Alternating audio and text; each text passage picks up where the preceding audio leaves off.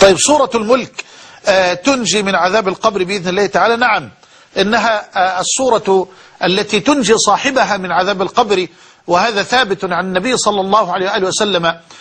فكيف تفعل ذلك، أو كيف تنجي صاحبها من عذاب القبر، ومتى تقرأها الأخت كما سألت؟ تقرأ كل ليلة، تقرأ كل ليلة. من قرأ سورة الملك قبل أن ينام كل ليلة، إن قدر الله عز وجل عليه الموت في هذه الليلة أو في صبيحة هذه الليلة، ينجيه الله تبارك وتعالى من عذاب القبر. أسأل الله أن ينجيني وإياكم من عذاب القبر. وعذاب القبر ثابت بنص القرآن وبنص السنة، لأن بعض الناس ينكر عذاب القبر، ينكر عذاب القبر بدعوى أنه لم يأتي صريحا في القرآن. والله تبارك وتعالى يقول في شأن آل فرعون: النار وحاق بآل فرعون سوء العذاب، النار يعرضون عليها غدوا وعشيا. ما فيش غدو وعشي في الآخرة في الجنة ولا في النار، ما فيش غدو وعشي، ما فيش نهار ومساء، ما فيش وقت كما هو معلوم هنا بالنسبة للدنيا. النار يعرضون عليها غدوا وعشيا. وخلي بالك حتى من تكملة الآية: ويوم تقوم الساعة أدخلوا آل فرعون أشد العذاب. يحتج جمهور العلماء من أهل السنة بهذه الآية القرآنية على عذاب القبر.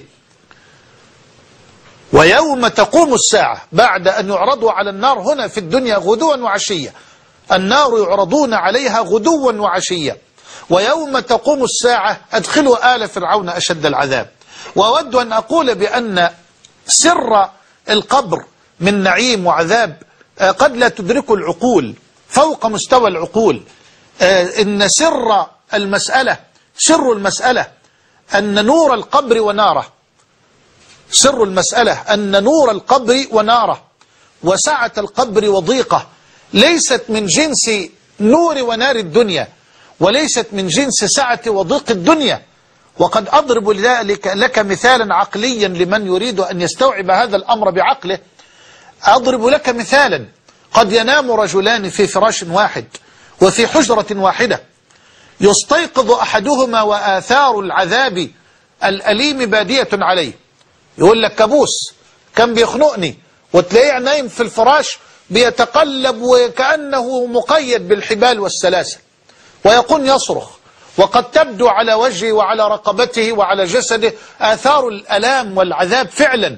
والآخر يستيقظ ومستبشر يتهلل وجهه فرح سعيد، يقول: الحمد لله، لقد كنت مع النبي صلى الله عليه وآله وسلم الآن وقال لي وقلت له. الله، ما شاء الله، هما في فراش واحد. لم يشعر هذا بالعذاب الذي كان فيه صاحبه، ولم يشعر هذا بالنعيم الذي كان فيه أخوه، مع أنهما في فراش واحد في حجرة واحدة وربما في ليلة واحدة. هذا يحدث هنا في عالم الدنيا، فما يحدث في عالم البرزخ أعجب وأعجب وأعجب.